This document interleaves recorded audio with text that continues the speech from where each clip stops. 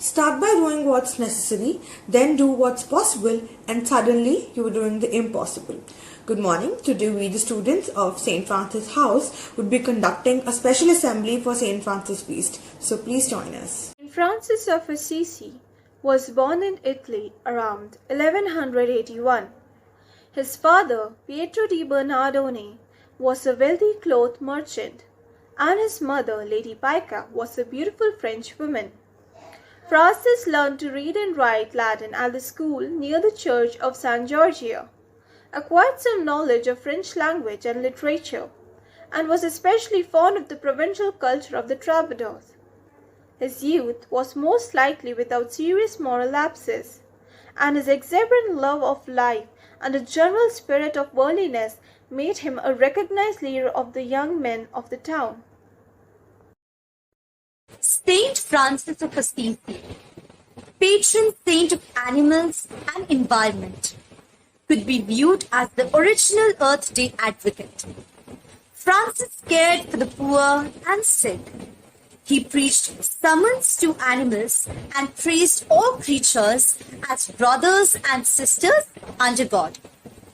He inspires the youth to better channelize their energy for a more noble cause, that is, for Christ, and to build a new world by being joyful witnesses of God's love.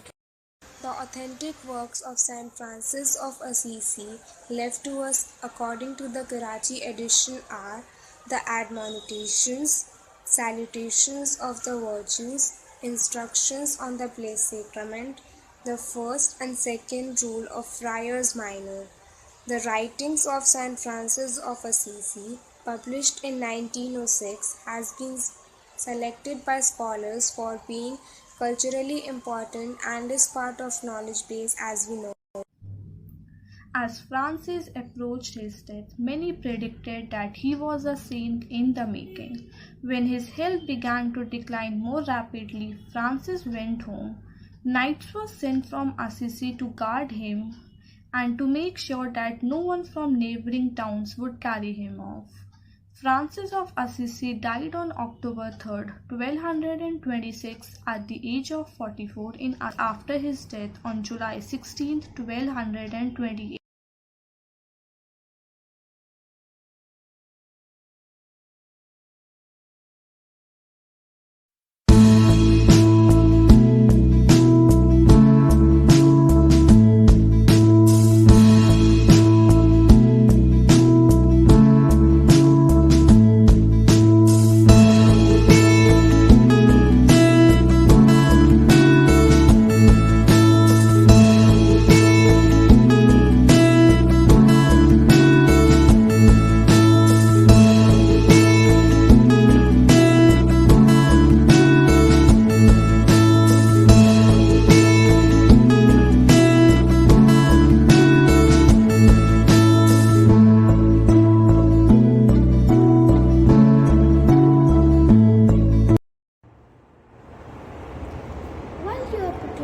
Peace with your lips. Be careful to have it even more fully in your heart. Francis of Assisi. We should never desire to be over others. Instead, we ought to be servants who are submissive to every human being for God's sake. Lord, make me an instrument of your peace. Where there is hatred, let me sow love. Above all the graces and gifts that Christ gives to his beloved is that of overcoming self.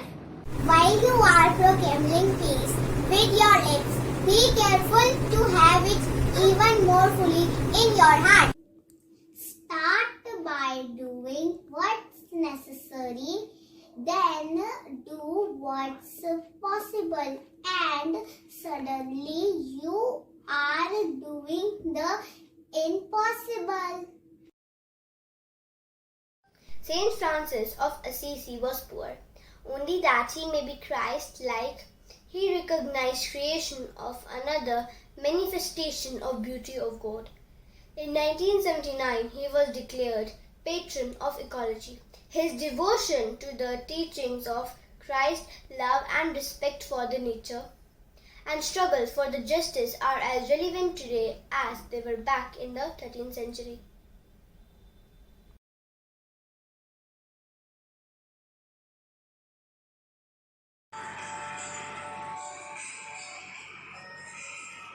Make me a channel of your peace. Where there is hatred, let me bring your love. Where there is injury, your pardon, Lord. And where there's doubt, true faith in you. Oh, Master, grant that I may never see so much to be consoled as to console, to be understood as to understand, to be loved as to love with all my soul. Make me a channel of your peace.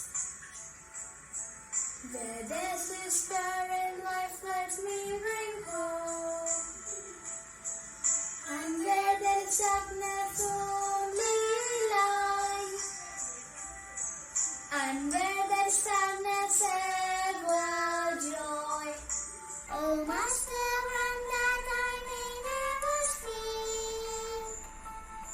so much to be consoled as to console, to be understood as to understand, to be loved as to love with all my soul. Make me a channel of your peace. It is in pardoning that we are pardoned, in giving to all men that we receive, and in dying that we're born to eternal life. Oh, Master, grant that I may never see so much to be consoled as to console, to be understood as to understand, to be loved as to love with all my soul. Make me a channel of your peace. Our world is full of noise and hustle. Many of us live interacting more and more with technology and less with others. It is difficult to see the mystical meaning in a leaf, make time to go to a mountain trail, or look away from our phone to notice the dewdrops, called from his life of wealth, privilege, excitement, and parties, to one of simplicity, peace, prayer, and connection with the natural world. St. Francis provides a model for us. As we celebrate and remember Francis' love for the earth, care for animals, commitment to the poor and sick, let us today as an invitation to consider how we might make space, as Francis did, for simplicity, peace, prayer, and nature in our lives.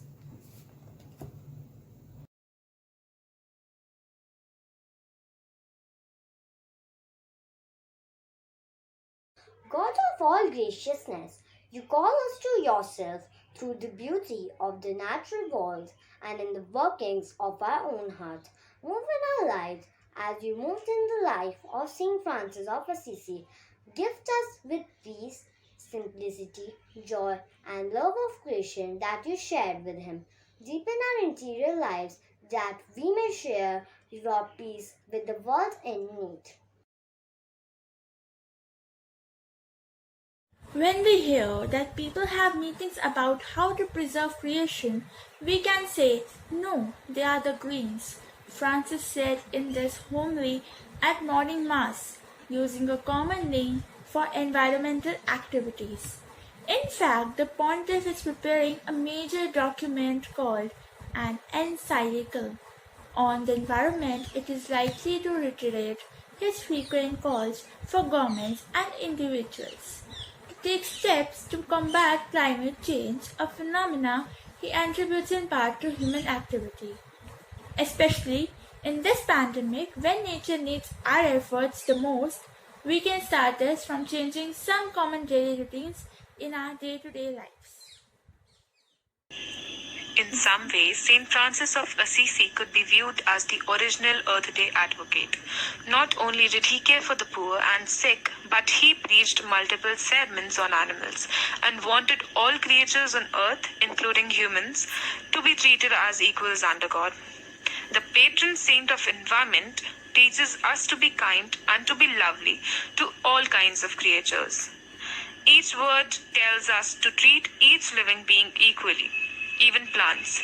From our daily busy schedule, we can change some things to outreach these goals individually, such as taking care of plants and trees in our surroundings and neighborhood, watering them on regular basis, looking after their needs.